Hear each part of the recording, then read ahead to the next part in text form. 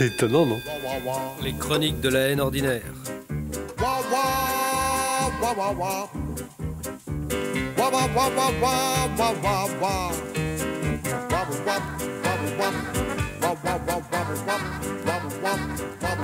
Tous ces gens qui font des métiers publics sont des vendus. Manu Dibango lui-même n'est pas blanc-blanc. En ce qui me concerne, moi-même personnellement, dans mon ego tout seul en tant qu'individu isolé moi-même, je suis prêt à faire mon vélo critique. Je n'ai pas de permis de conduire.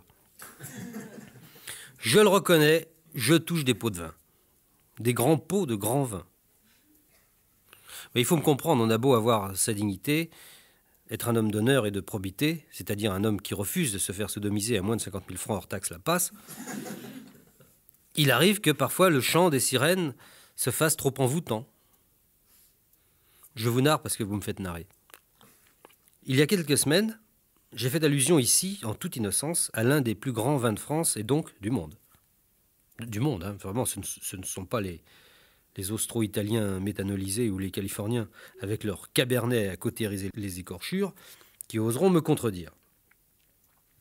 Il s'agissait de Château Figeac, premier grand cru classé de Saint-Émilion, dont je célébrais étourdiment les mérites tout en fustigeant une connasse aquaphile de mes relations que j'avais vu mettre de l'eau dedans. Une semaine plus tard, j'ai reçu par le biais des PTT, c'est une société qui s'occupe éventuellement d'acheminer parfois du courrier, on a toujours trop tendance à l'oublier. La preuve, il m'est encore parvenu pas plus tard qu'hier une facture de 5000 balles de téléphone, vous voyez.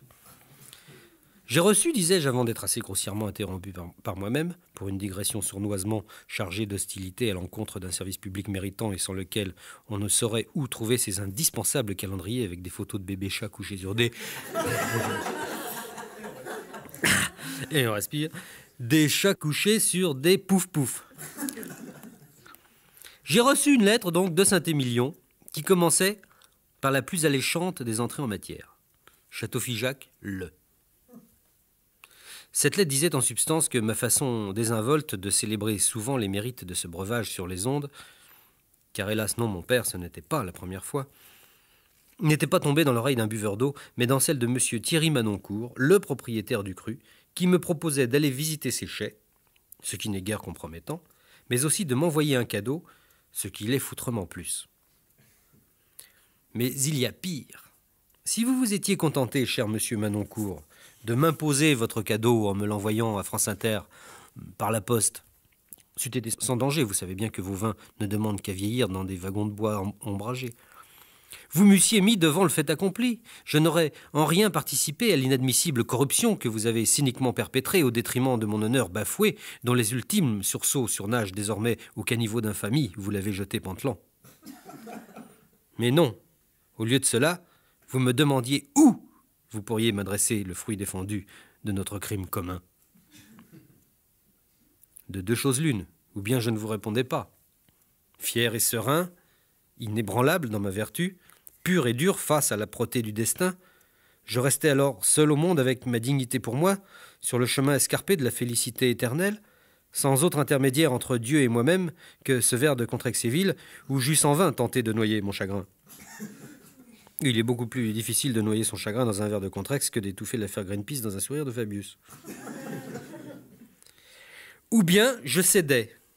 Je vous répondais par retour, la honte au front et la fierté sous le bras, m'abaissant à 1000 salutations empressées et 1000 remerciements émus pour votre exquise générosité, en vous communiquant mon adresse, l'étage, le numéro de code, le nom et le prénom de la concierge en cas d'absence à l'heure des repas, et en y joignant une photo de moi dédicacée afin que vous ne vous trompiez pas de client, et un exemplaire d'un de mes livres avec un signet à la page où j'ai cité plusieurs fois le nom de Figeac, et une photo de la mère de mes enfants à la plage, on ne sait jamais. Finalement, j'ai trouvé une solution intermédiaire, cher monsieur Manoncourt. Je vous ai adressé la lettre suivante, sur papier en tête de chez moi. Cher monsieur, votre lettre me plonge dans l'embarras. Je comprends fort bien dans quel esprit vous me proposez chaleureusement un cadeau. Mais ne serais-je point vénal en l'acceptant? D'autre part, s'il est vrai que je ne mange pas de ce pain-là, j'aurais du mal à vous convaincre que je ne bois pas de ce vin-ci. Tout bien réfléchi, il ne m'apparaît pas que l'homme puisse se compromettre en acceptant de partager le vin avec autrui. Ce n'est pas Dieu qui me contredira. Si le sang de son fils avait été de Figeac, je n'aurais jamais sombré dans l'athéisme. Veuillez agréer, etc. À quelque temps de là, monsieur le maître de chais de Château-Figeac m'annonçait qu'il avait l'avantage de me prévenir de l'imminence de l'arrivée chez moi d'une caisse de vin de la part de monsieur et madame Manoncourt. Le colis est là dans ma cave, en assez bonne compagnie, je crois.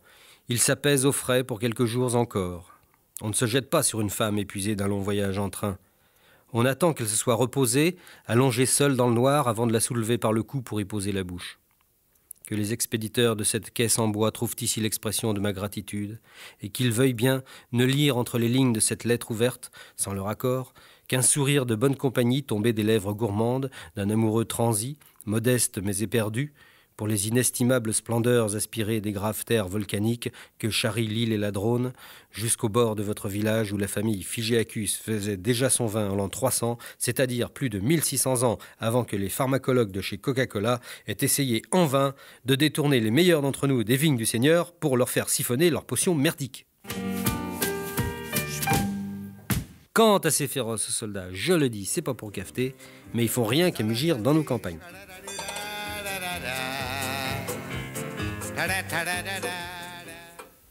C'est étonnant, non ?